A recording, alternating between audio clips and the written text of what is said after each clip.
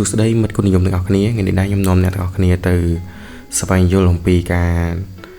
ធ្វើ event នៅចន្លោះថ្ងៃទី30 ខែ 4 រហូតដល់ថ្ងៃទី15 ខែ 5 ដែលមានរយៈពេល15 ថ្ងៃហើយ event គេតម្លាក់មកគឺមាន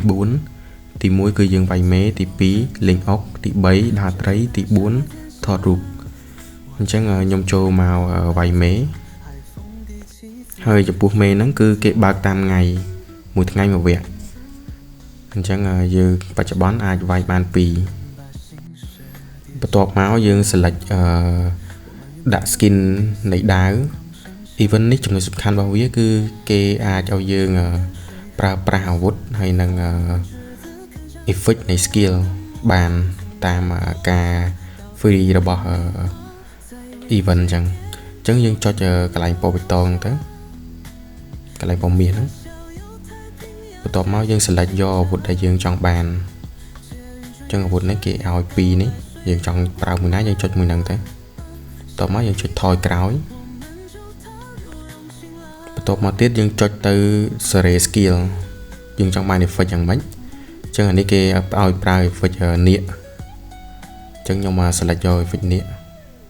select ហើយយើងចេញមកក្រៅមកហើយយើងចុចចូលទៅគេនឹងពូកងចំនួន5នាក់ក្នុងការវាយមេ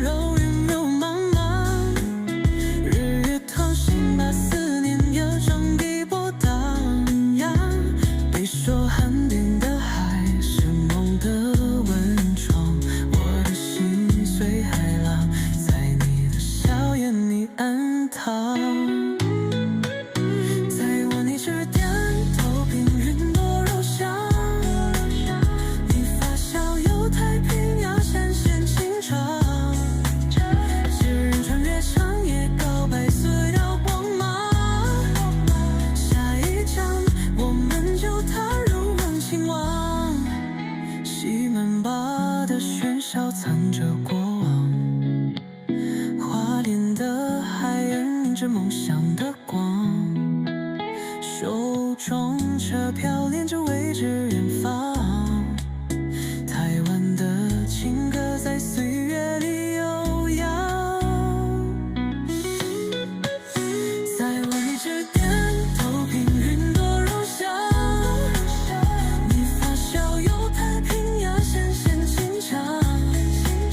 借云穿越អញ្ចឹងខ្ញុំបានបញ្ចប់ការវាយមេហើយឥឡូវយើងចូលមក event ត្រីម្ដងត្រីហ្នឹងយើងត្រូវដើរនៅលើផ្លូវពណ៌មាស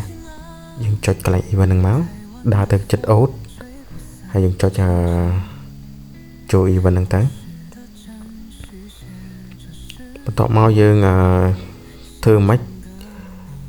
ត្រីហ្នឹងយើងកុំឲ្យដើរទៅប៉ះអូតហើយយើងត្រូវយកដុំមូហ្នឹងដើម្បីបូក speed របស់យើង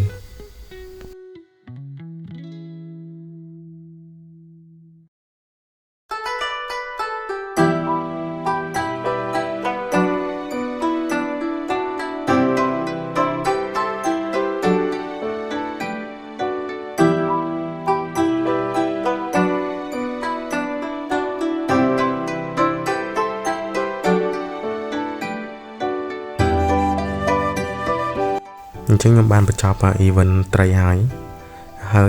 យើងចូលទៅ event លេងអុកម្ដងតើតើទៅនឹង event លេងអុកហ្នឹងយើងត្រូវលេះចេញពី team របស់យើងសិនទើបយើងលេងបានហើយចំពោះការលេងហ្នឹងយើងត្រូវរៀបទ័ពហើយយើងត្រូវអុកភាគីម្ខាងទៀតឲ្យចេញពីវាខ្សាច់មួយហ្នឹងហើយនឹងមាន event មួយទៀតតើតើទៅនឹងការថតរូបប៉ុន្តែខ្ញុំអត់ដឹងថាត្រូវថតនៅ map ណាខ្លះទេអញ្ចឹងបើអ្នកទាំងអស់គ្នាដឹងអាចតម្លាក់នៅក្នុង group សំណាក់ទូចឬក៏តម្លាក់នៅក្នុង comment អរគុណច្រើនហើយបើករណីអ្នកទាំងអស់គ្នាត្រូវការដាក់លុយឬក៏ត្រូវការ account នេះអាចតាក់ទងមកខ្ញុំបានតាក់ទងទៅនឹងការដាក់លុយមិនបាច់ឲ្យ account ក៏ខ្ញុំអាចដាក់បានដែរហ ហើយបើបងនឹងមិត្តគុណខ្ញុំអ្នកគ្នាមើលមកដល់ចំណុចមួយនេះសូមជួយ comment 168ខ្ញុំនឹងមានកាដូជូនអ្នកដែលបាន comment ដំបូងគេអរគុណច្រើនជួបគ្នានៅវីដេអូក្រោយ